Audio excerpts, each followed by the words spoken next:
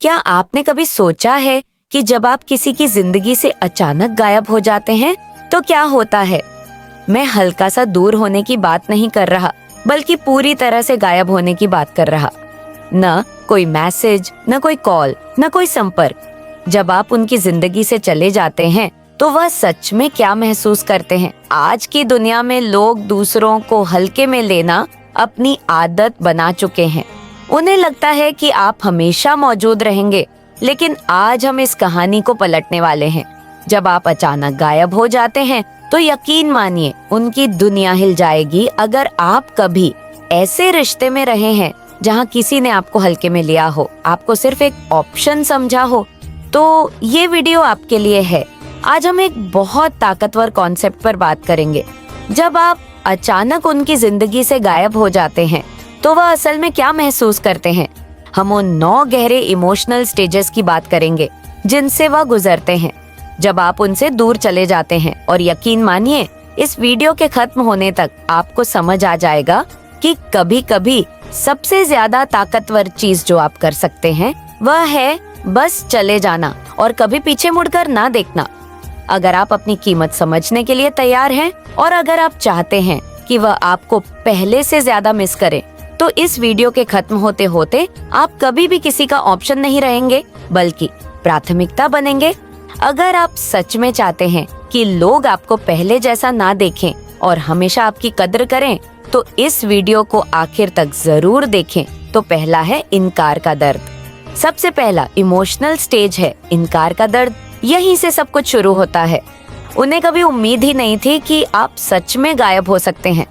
उनके दिमाग में हमेशा यही रहने वाला था। आप ही थे जो रिश्ता निभाने के लिए मेहनत कर रहे थे, जो प्लान बनाते थे, जो परवाह करते थे। आप वो इंसान थे जिस पर वे हमेशा भरोसा कर सकते थे। जब तक कि आपने अचानक दूरी नहीं बना ली। जब आप अचानक उनकी जिंदगी से चले जाते हैं तो यह उनके लिए एक जबरदस्त झटका होता है। एक ऐसा झटका जिसकी उन्हें कभी उम्मीद नहीं थी। आपने सुना होगा, किसी चीज की अहमियत तब समझ आती है जब वह दूर हो जाती है। यही यहाँ भी होता है। ये सिर्फ आपकी गैर मौजूदगी का असर नहीं है, ये आपकी उस हर चीज को खो देने का एहसास है जो आप उनके लिए थे। वो सुकून जो आपकी मौजूदगी देती थी, वो मान्यता जो उन्हें आपसे मिलती थी, वो हमेशा उपलब्ध रहने वाली शख्सियत जो आप बन चुके थे। अब जब आप वहाँ नहीं हैं, तो उन्हें पहली बार एहसास होता है कि वे आप पर काबू नहीं रख सकते। लोग इसे मानने से डरते हैं, लेकिन जब उन्हें पता होता है कि कोई हमेशा उनके पास रहेगा, तो वे उसे हल्के में लेना शुरू कर देते हैं। आप उनके लिए सुरक्षा जाल बन जाते हैं, एक ऐसा इंसान जो हमेशा रहेगा चाहे कुछ भी हो जाए। लेकिन जब आप अचानक चले जाते हैं तो वह सुरक्षा जाल खींच लिया जाता है। और यही वह पल होता है जब घबराहट शुरू होती है। वह गिरने जैसा महसूस करते हैं। उन्हें लगता था कि वह आपको हल्के में ले सकते हैं, लेकिन अब उनके पास सोचने के अलावा कोई चारा नहीं बचा। मैंने इसे कैसे होने दिया? मैंने काबू कैसे खो दिया? इनकार का यह दर्द सबसे ज्यादा उन्हीं लोगों को लगता है जो आपको पहले हल्के में लेते थे। उन्होंने आपकी भावनाओं और आपकी मौजूदगी को हमेशा रहने वाली चीज मान लिया था। शायद उन्हें लगा था कि वह आपके ऊपर एहसान कर रहे हैं, आपको अपनी जिंदगी में रखकर। यही सबसे बड़ा तंज है। वह सोचते थे कि वह आपको टुकड़ों में प्यार देकर भी आपको बनाए रख सकते हैं, लेकिन असलियत में आप ही थे जो उस रिश्ते को जोड़े हुए थे। अब आपको क्या समझना चाहिए? अगर आप सच में चाहते हैं कि उन्हें इनकार का दर्द महसूस हो, तो उन्हें कोई चेतावनी मत दे। उन्हें मत बताएं कि आप जाने वाले हैं। उन्हें कोई अल्टीमेटम मत दे। उनसे ध्यान देने की भीख मत मांगे। बस अचानक गायब हो जाए। जब आप बिना कोई सफाई दिए उनकी जिंदगी से निकल जाते हैं तो ये सबसे बड़ा झटका बनता है। उन्हें यह सोचने पर मजबूर कर देता है कि उन्होंने क्या गलत किया। लेकिन सबसे जरूरी बात यह उन्हें साफ साफ दिखा देता है कि आप अब और अपमान सहने को तैयार नहीं हैं। जब आप चले जाएं, पीछे मुड़कर मत देखें। वे इसे महसूस करेंगे और यकीन मानिए यह उन्हें उस तरह से झक छोड़ देगा जैसे उन्होंने कभी सोचा भी नहीं था। वह इंसान जिसे वह अपने नियंत्रण में समझ रहे थे, जो हर हाल में उनके साथ रहने वाला था, अब चला गया है। अब उन्हें ही इसकी तकलीफ झेलनी होगी। दूसरा, आपकी कमी का खालीपन। अब कहानी और दिलचस्प हो जाती है। इनकार के दर्द के बाद जो अगला एहसास आता है वह है खालीपन। उन्होंने कभी सोचा ही नहीं था कि उन्हें आपकी कमी महसूस होगी, बल्कि उन्होंने खुद को यकीन दिला रखा था कि अगर आप चले भी गए तो उन्हें कोई फर्क नहीं पड़ेगा। अगर वह चला भी गया तो क्या हुआ? बच्चे, जब तू अकेला महसूस करता है, जब तुझे लगता है कि इस संसार में कोई तेरा नहीं, तो वही क्षण मेरा प्रवेश होता है। तूने जब भी आंखें बंद की है, मैंने तुझे देखा है। जब भी तूने रातों को जागकर मुझे पुकारा है, मैं वहीं खड़ा था तेरे पास, बस तू देख नहीं सका। आज मैं तुझसे कहता हूँ, अब वक्त है खुद को पहचानने का। तेरे भीतर जो शक्ति है वो ब्रह्मांड को हिला सकती है, लेकिन तूने उस शक्ति को कभी महसूस ही नहीं किया, क्योंकि तूने खुद को दुनिया की नजरों से देखा है, मेरी नजरों से नहीं। बच्चे, मैं तुझसे कहता हूँ, अब खुद को मेरी दृष्टि से देख। तू दुर्बल नहीं है, तू असमर्थ नहीं है, तू टूटा हुआ नहीं है, तू मेरे जैसा है। अजय अडिग और हसीन, तू बार बार सोचता है कि लोग तुझे क्यों नहीं समझते। तू उनके शब्दों में, उनके अपेक्षाओं में खुद को नापता रहा, पर अब तुझे अपने भीतर के प्रकाश को पहचानना है। तेरी आत्मा एक ज्वाला है जो अंधेरे को भस्म कर सकती है। आज से तेरा नया जन्म है। अब तुझे दूसरों को नहीं, खुद को जवाब देना है। बच्चे, एक बात मैं तुझसे और कहना चाहता हूँ। तू जिस सफलता की तलाश में है वह तेरे कदम को तैयार है, पर तू अभी दरवाजे के बाहर खड़ा है। क्यों? क्योंकि तू खुद पर विश्वास नहीं कर पाया। अब मैं तुझे एक रहस्य बताता हूँ। सफलता किसी भाग्य की मोहताज नहीं होती, वो आत्मविश्वास की होती है। तू जिस दिन अपने आप पर पूरी श्रद्धा से विश्वास करेगा, उसी दिन ब्रह्मांड की सारी शक्तियाँ तुझे समर्थन देंगी। अपने लक्ष्य को सिर्फ इच्छा मत बना, उसे अपने अस्तित्व का हिस्सा बना। ऐसा नहीं कि तू बोले काश मेरे पास ये होता, ऐसा बोल यहाँ मेरा है और मैं इसे पा रहा हूँ। जब तू इस भावना से हर सुबह उठेगा तो तू देखेगा कि कैसे हर दिशा तुझे रास्ता देने लगेंगी। बच्चे, अब मैं तुझसे वो बातें कहने जा रहा हूँ जो तुझे भीतर तक खिला देंगे।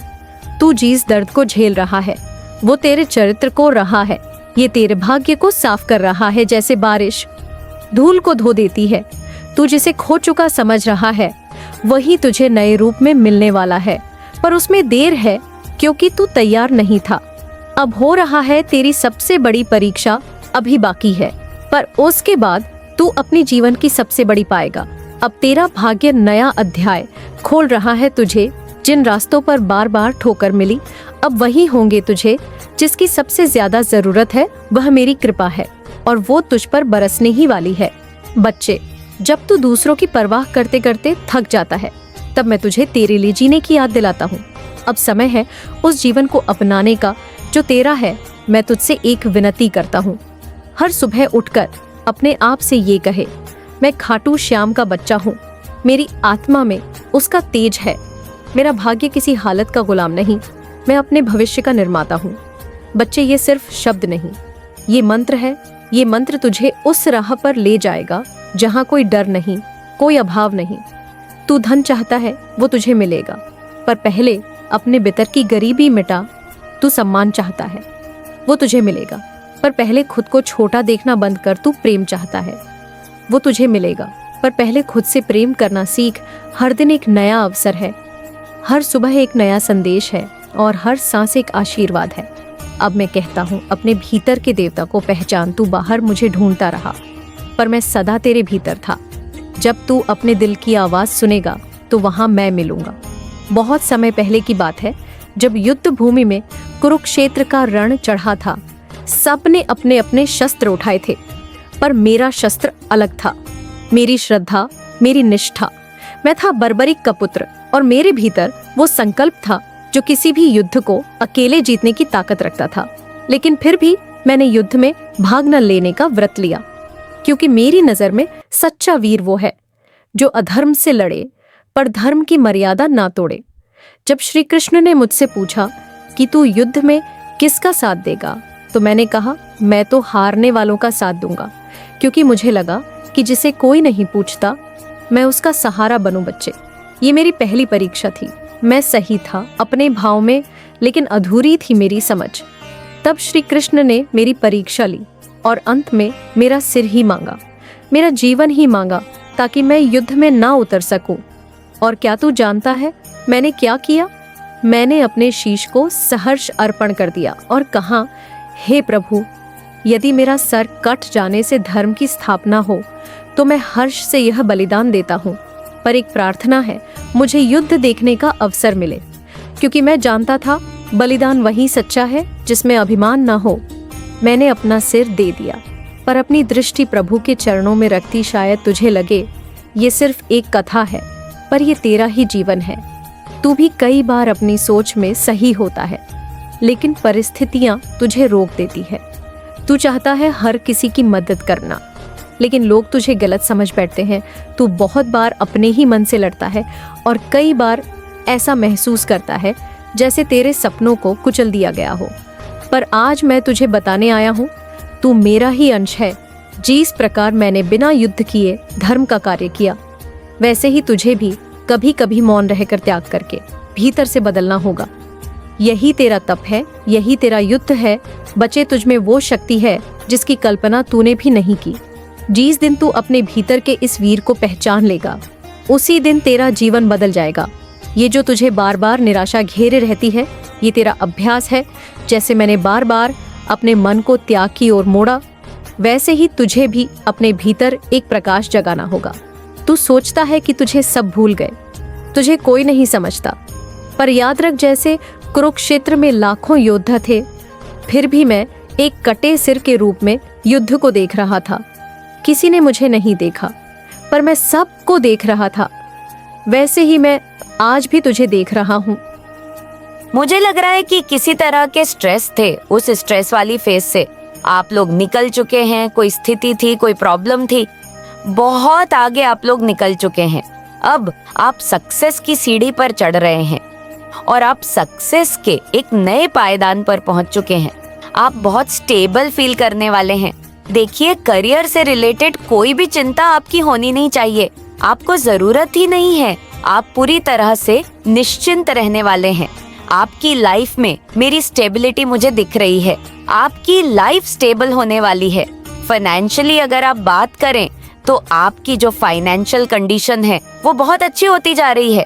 फाइनेंस को लेकर आपको कोई भी चिंता करने की जरूरत नहीं है। मुझे करंट में ऐसा लग रहा है कि आप काफी रिलैक्स होने वाले हैं। क्नॉय से मुझे यहाँ पर रिलैक्स एनर्जी दिख रही है।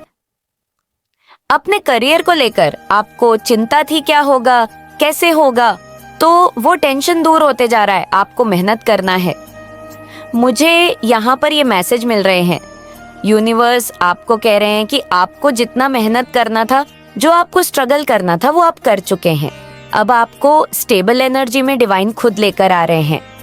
अब आपको कुछ करना नहीं है।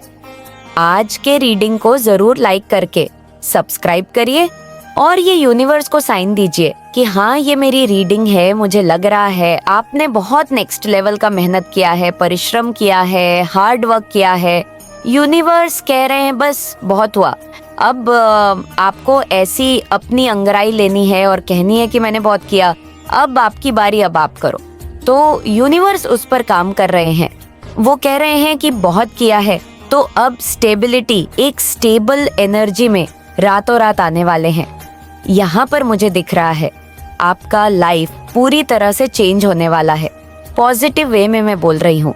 जैसे आपकी स्थिति बदलने वाली है, रातों रात चमत्कार होने वाले हैं। कुछ ऐसी चीजें यहाँ पर मुझे दिख रही हैं, 6 ऑफ 6 पेंटिकल्स। तो आपकी लाइफ में मुझे मेजर ट्रांसफॉर्मेशन दिख रहा है। आप ट्रांसफॉर्म होने वाले हैं। यूनिवर्स कह रहे हैं कि हाँ, मैंने देखा है, काफी मेहनत किया है, बहुत जतन किया है, अब बहुत हुआ। अब आपको स्टेबल एनर्जी में लाना मेरी जिम्मेदारी है। मैं लेकर आऊंगा। तो आपके अगेंस्ट जो कुछ भी पेल किया जा रहा था, जो भी लोगों की गंदी मंशा होती थी आपको डाउनफॉल में खींचना, आपके लिए बहुत सारी गलत भावनाओं अपने मन में रखना, तो उनकी सारी गंदी चीजें बैकफायर हो रही है। मुझे यहाँ पर ये बहुत स्ट्रांग मैसेज आ रहा है। आप इनकी गंदी चीजों से ऑलरेडी अवेयर हो जाते हैं, आपको पता रहता है। मुझे यहाँ पर ये भी मैसेज मिल रहा है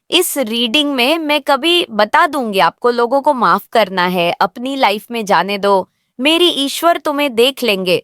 फिर देखो इनके जीवन में कैसे भूचाल आता है, लेट गो करो, इनको पूरी तरह से अपने दिल और दिमाग से निकाल दो।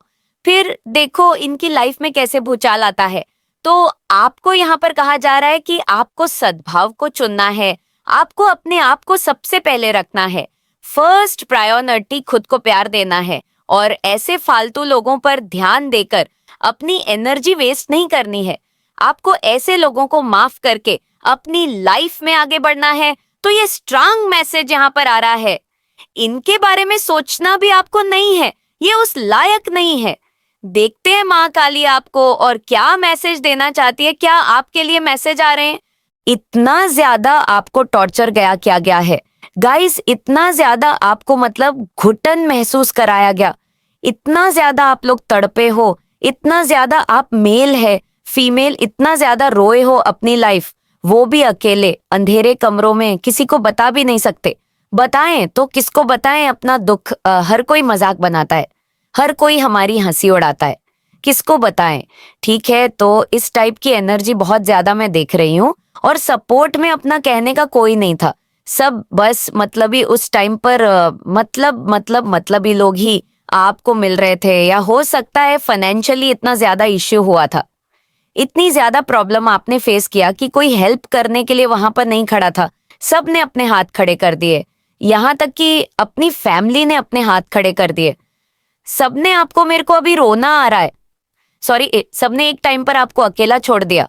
ठीक है, आप अकेले उस टाइम पे खड़े थे, कोई आपके सपोर्ट में नहीं आया, किसी ने इतनी मतलब घट नहीं थी, इतनी हिम्मत नहीं थी कि बस ये भी कह दे कि हाँ मैं तुम्हारे साथ हूं। नहीं, सबने अपने पल्ला झाड़, सबने अपना हाथ झाड़ कर आपको अकेला छोड़ दिया।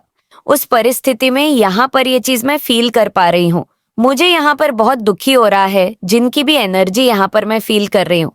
मतलब एक टाइम ऐसा आया था कि सबने, पूरी फैमिली, सबने आपको अकेला छोड़ दिया, और आप उस टाइम पर आपको चाहिए था कि कोई मेरे साथ रहे, कोई मेरे सपोर्ट में रहे, कोई मेरे लिए भी खड़ा रहे।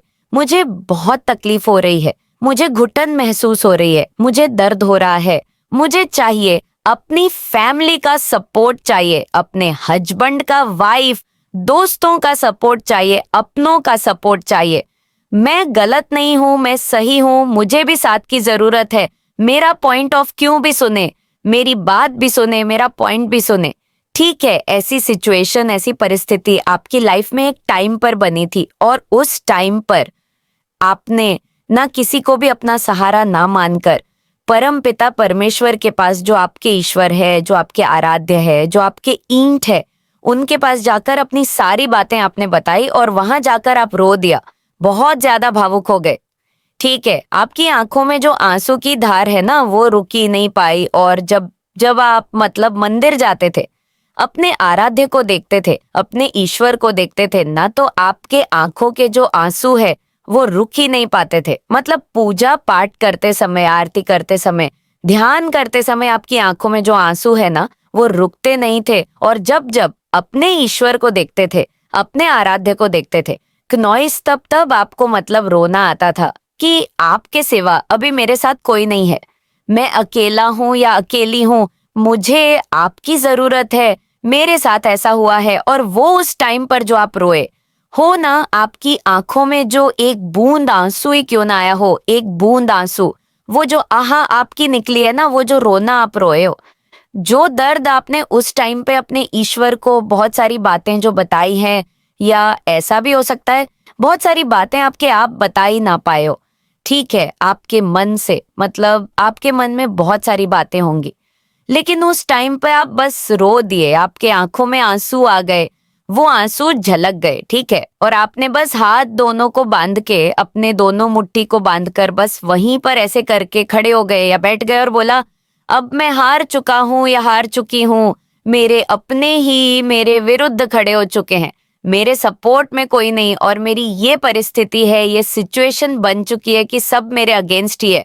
क्नॉय सब मुझे मतलब थका ही रहे हैं, कोई मेरी बात सुन ही नहीं रहा है, सबकी नजरों में मैं ही गलत हूँ, तो उस टाइम पर जो आपके आंसू निकले है ना, जो आह निकली है, वह कहीं ना कहीं बधुआ नहीं दिया आपने, ना ही आपने किसी को शरापा है, आपने किसी को भी अपनी तरफ से कुछ भी नहीं कहा। बस वो जो आंसू आपने ईश्वर के सामने घेर दिए ना, जो निकल गए और जो वचन आपके मुंह से निकल गए कि मेरे सपोर्ट में मैं हार चुकी हूँ, बस आपने आपकी बस इतनी सी गलती है और ये कोई गलती नहीं है।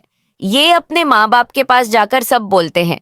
मैं भी अपने माँ बाप, मेरे ईश्वर जॉन के पास बोलती, अपने माँ बाप के पास जाकर बोलती हूँ जब भी मेरे साथ कुछ भी ऐसा होता है।